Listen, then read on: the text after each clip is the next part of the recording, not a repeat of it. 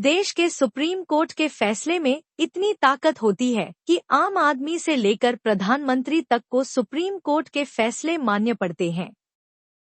लेकिन आजकल जिस तरीके से सुप्रीम कोर्ट के फैसले आ रहे हैं, वो आम जनमानस के साथ साथ ही वकीलों में भी चर्चा का विषय बन रहा है। 2 दिन से वक्त संशोधन कानून को लेकर सुप्रीम कोर्ट में बहस चल रही थी, जिसे लेकर सुप्रीम कोर्ट का एक अंतरिम आदेश आया, जिस पर सुप्रीम कोर्ट के वकील विष्णु शंकर जैन ने बेहद ही गंभीर सवाल उठाए हैं।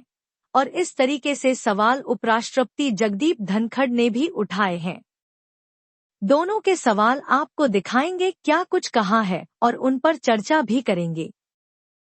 लेकिन पहले सुनिए विष्णु शंकर जैन ने इस मामले पर क्या कुछ कहा। कोर्ट आए थे सीधे, तो बोला गया सुप्रीम कोर्ट सीधे क्यों आ गए, और 7 साल से पूरा समाज इस देश के अलग अलग हाईकोर्ट में स्ट्रगल कर रहा है। 140 से ज्यादा याचिकाएं देश के अलग अलग हाईकोर्ट में दायर हो चुकी हैं, आज तक कोई इंटरिम रिलीफ नहीं मिली है। तो क्या पैमाना है, क्या मापदंड है कि एक पक्ष सुप्रीम कोर्ट आता है और उसकी सुनवाई की जाती है और इंटरिम ऑर्डर देने के लिए एक बात की जाती है। तो ये कानून, यही चीज दूसरे पक्ष के लिए भी लागू होनी चाहिए। Point number 1। पॉइंट नंबर 2 मैं आपको बताना चाहता हूं कि अभी 4 राज्यों के जो एंडोमेंट एक्ट हैं, जिससे हिंदू मंदिर को टेक ओवर किया गया है, उन 4 राज्यों के एंडोमेंट एक्ट की सुनवाई पिछले 13 साल से सुप्रीम कोर्ट में चल रही थी। और हाल ही में सुप्रीम कोर्ट ने फैसला दिया है, मैं ऑनरेबल जजेस का नाम नहीं लेना चाहता हूं, जिसमें सुप्रीम कोर्ट ने कहा कि सारे मैटर हाई कोर्ट में चले, हम यहां पे इसको क्यों सुने। तो जो ये एक बात है कि हम यहां पे डायरेक्टली इसको क्यों सुने, ये सवाल इस केस में क्यों नहीं पूछा जा रहा है, ये सारी बातें हम कोर्ट के सामने रखेंगे। आइए जानते हैं उपराष्ट्रपति जगदीप धनखड़ जी ने क्या कहा। तो क्या हम ऐसे हालात में आ गए कि समय के साथ ये बात चली जाएगी? लोगों के दिल पर इस घटना से गहरी चोट लगी है, लोगों का विश्वास डगमगा गया है। There was a survey conducted recently,